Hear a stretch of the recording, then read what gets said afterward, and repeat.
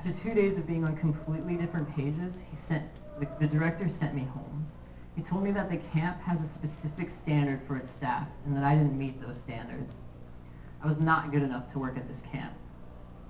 And one of the last things I remember hearing was that no one had ever been sent home in the manner that I had. This crushed me. I literally drove home alone, crying all the way down Highway 5.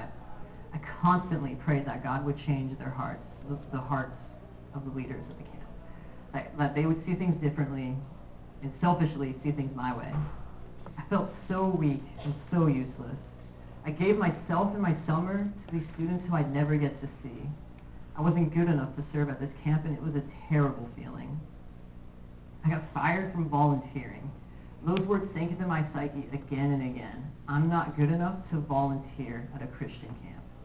On top of that, God did not seem willing to fix the situation. It just wouldn't go away. I was completely discouraged and completely broken down. Now, I can't just stand here and say that I figured it out. Like Paul, I realized the thorn was not going to go away. I did not initially ask that God would change me through this event, but he did it anyway. Although I was alone, without purpose, and without a way to demonstrate that I'm useful, because that's so important to me, I experienced the love of Jesus in the most vivid ways. My value didn't rest on my performance at a camp or how many kids I would personally show Jesus to. My value came through the grace that God extended me in my time of sorrow. After far too much time, way too much time, I finally caught on. I caught on to God's immense presence. Our God is big, and he is alive. He is the God of comfort, the God who comforts us when we are weak. And that comfort is grace. The God of grace took my terrible, painful summer and made it into the most transformative summer of my life.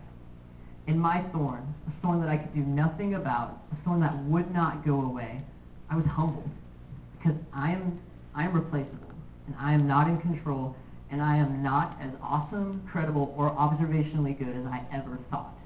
And those realizations are still tough. But there's grace. His grace is sufficient. God unleashed this power, this grace, during my time of weakness. A thorn is good because it humbles you. It becomes a driving force for community. Thorn is really good because in weakness and humility, God's divine power, which is his grace, is unleashed. Grace is the exchange of our weakness for his goodness, and it is a really good thing.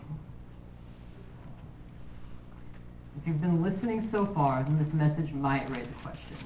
If a thorn is good because it is humbling and unleashes divine power, then is it right to pray for healing? Is it right to pray for God's mercy in these painful struggles?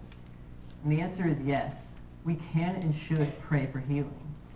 In suffering, it is common to pray for a better situation, and it's exactly what Paul did in this text. And God can totally change the situation. Make no mistake about it, our God is a God of healing. But those prayers should have another component. We pray for God to change the situation, yes, but we also pray for God to use the situation to change us. Would you pray with me as the worship team comes up? Dear Heavenly Father, God, thank you for your gifts. God, your grace is so sufficient. God, it's all we really need. Sometimes we sit here and we think we need strength, we need more muscle, we need more time. God, we need your grace. We need your unmerited favor. God, thank you that you offer that to us. May we accept it. God, show us what it means to be humble servants and open to your work in our lives. God, may we not just pray for our own comfort, but will we pray to be changed by these thorns in our lives, God. They're given for a reason, and we offer them to you.